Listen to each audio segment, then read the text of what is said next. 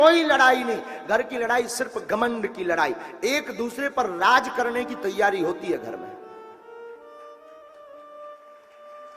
और कोई कारण नहीं, ना तो भूत का कारण ना प्रीत का कारण। सबसे बड़ा कारण है ईगो। कोई झुकना नहीं चाहता। सासू मां चाहती बहुरानी मेरे इशारे पर चले, और बहुरानी चाहती सासू मां मेरे कहने पर चले। तो अगर नहीं चली तो मेरा डेरा अलग, अब मरने दो।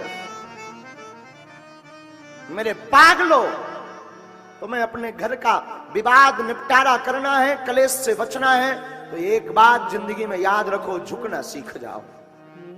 यहां पर जितनी भी माताएं बैठी, एक कथा हम तुमको, कहानी बहुत सत्य घटना बता रहे हैं। गुजरात प्रदेश में एक गरीब बेटी, उसका विवाह एक बहुत अमीर खानदान में हो गया। बेटी देखने में बड़ी सुंदर थी, तो घर वालों ने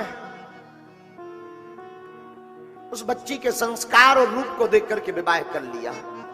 संपत्ति नहीं चाहिए, बच्ची का संस्कार है, संपत्ति तो उन पर पहले से ही खूब थी। विवाह हो गया। गरीब घराने की, एकदम गरीब घराने की बिटिया तो बहुत अमीर घराने में पहुंच गई। वो लोग इतने बड़े, वो लोग इतने बड़े कि क्या कहना। विवाह हुआ खूब धूमधाम से। इसके पिता के पास जितनी सामर्थ्यता थी, उस सामर्थ्यता अनुसार बारात का स्वागत किया, दूल्हे का स्वागत किया। पर वो लोग भी बहुत बुद्धिमान लोग थे, बहुत विवेकवान लोग थे, वो लोग भी बहुत मैच्योर लोग थे। उन लोगों ने बहुत समझौता किया, अपनी तरफ से व्यवस्था रखवा कर बेटी वालों का नाम बताया, ताकि कोई हंसे ना, ताकि कोई इनकी अवहेलना ना करे। अब यहां ऐसा नियम है, खबर नहीं, उस क्षेत्र में ऐसा नियम है कि पहली दीपावली आती है तो दीपावली पर बेटी के घर से, बहू के घर से ससुराल में मिठाई आती है, ऐसा नियम है। तो दिवाली आई। अब बेटी को तो पता था हमारा परिवार बहुत दीनहीन है, हमारा परिवार बहुत छोटा है, पिताजी की सामर्थ्यता नहीं है, और मिठाई जो दी जाती है, जो बहू के घर से मिठाई आती है, वो इतनी मात्रा में आती है कि कम से कम आसपास के पड़ोसी लोग उस मिठाई को पा सकें। अब बेटी तो आए दिन, नजदीक दिवाली आने लगी तो आए दिन उसकी धड़कन बढ़ने लगी, और रोज चिंता करे, इतना बड़ा ठाट बाट। पिताजी ने जैसे तैसे करके शादी तो कर दी, जैसे तैसे उठा करके विवाह तो कर दिया, लेकिन एक नई मोल आफत आ गई। ध्यान से सुनना प्रत्येक माताएं। अब वो बेटी बड़ी परेशान, माँ जी को फोन लगाया, अपनी माँ को जिसने जन्म दिया, माँ और दिवाली आ गई है, क्या करूं मैं?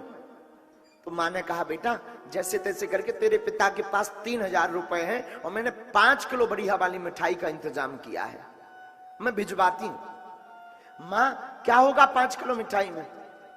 यहां तो इस घर के लोगों को ही नहीं होगा, नौकर हैं, चाकर हैं, रिश्तेदार हैं, सब उत्सुक हैं कि बहू के घराने से मिठाई आएगी, मिठाई आएगी।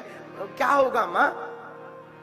माँ रहने दो, मैं कोई बात बना दूंगी, ये लोग तो बहुत बड़े आदमी हैं, मैं कोई बात घुमा दूंगी, तुम परेशान मत हो माँ।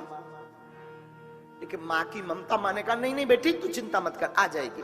भगवान जितना है अपने पास हम उतना दे तो पाएंगे। उनके लायक हम कब थे बेटी, उनके लायक हम कब हो पाएंगे? कभी स्वप्न में नहीं हो पाएंगे, किसी जन्म में नहीं हो पाएंगे। जितने बड़े पद पर, जितनी बड़ी प्रतिष्ठा पर, जितने बड़े नाम पर वो लोग बैठे, जितना वैभव उन पे, बेटी हमारे पास तो उतना कुछ भी नहीं। उनके तो एक नौकर की उतनी तनख्वाह है जितनी हम लोगों की साल भर की कमाई है।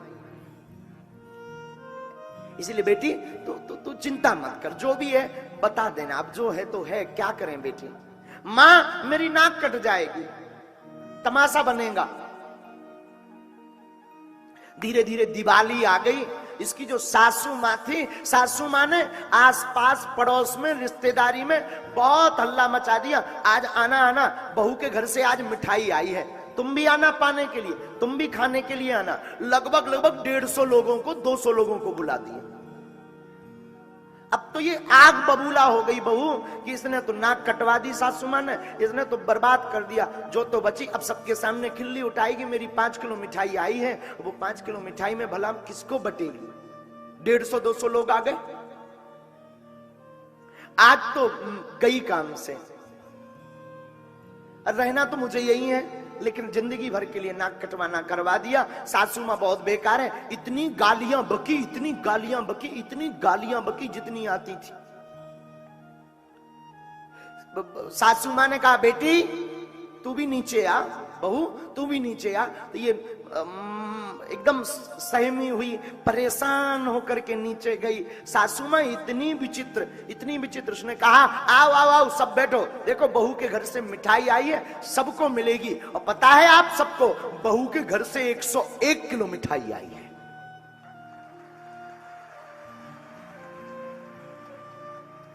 एक किलो।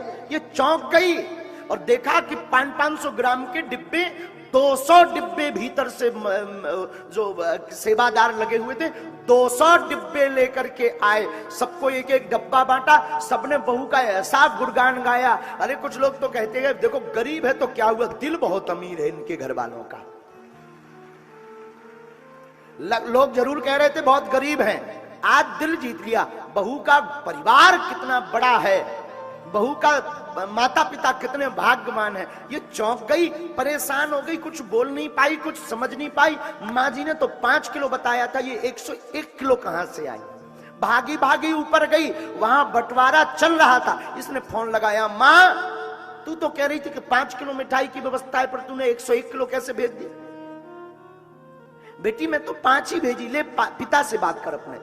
बेटा मैंने तो 5 किलो ही मिठाई जो गांव का नाई है उसके हाथों भिजवाया है बेटा, बाकी व्यवस्था नहीं है। सब लोग चले गए। जब चले गए तो कमरे में सासू माँ के पास गई। सासू माँ को प्रणाम करके आंखों में आंसू भर करके बोली, माँ आखिर ये क्या रहस्य है, मेरे घर से तो 5 किलो मिठाई आई, आपने तो 101 किलो बताई। सासू माँ ने सिर पर हाथ रख करके कहा, बेटी अब तेरी 2 माँ है, जन्म देने वाली माँ ने तो 5 किलो मिठाई भेजी और तेरी सासू माँ ने 96 किलो दी है।